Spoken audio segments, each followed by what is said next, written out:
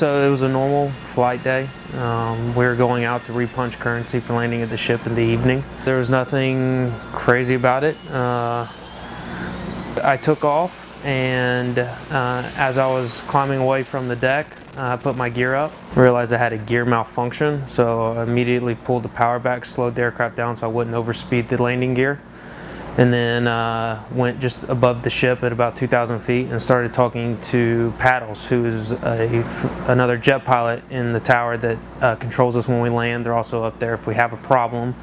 They have they're a book reader.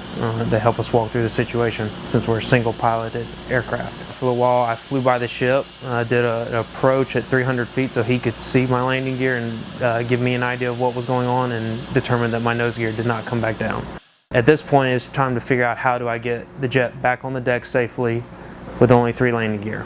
So eventually Major Murphy came over the radio and told me that the ship had this amazing invention that was like basically a stool that was built specifically for this reason.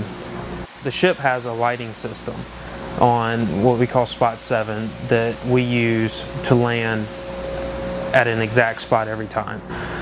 So the difference with this landing was that I was going to step it down 50, 40, 30, 20 feet to make sure I was aligned and stabilized before Major Murphy would clear me to land at 20 feet, so that it's had the best chance to actually put the nose on the stool. So I come in, and at this point I've kind of forgotten that I don't have a nose gear. I'm just focused on landing. That's what I decided I had to do. So I'm at 20 feet stabilized, and I can't see the stool. I don't even know it's there. I didn't see it coming over the end of the ship. I looked for it. I remember looking for it and thinking, oh boy, this is going to get interesting. So I never saw the stool. So I go to idle. I remember my main gear hitting and all of a sudden my nose dropping, and it dropped more than I expected.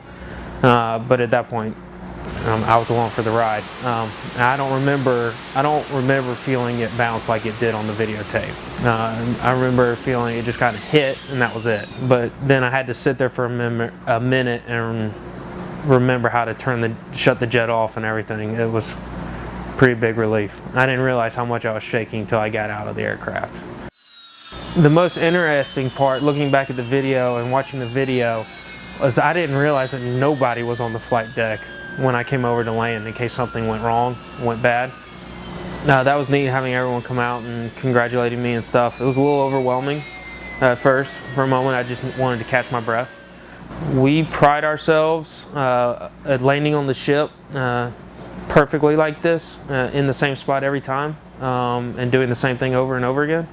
But there's no way to train to land in this kind of situation.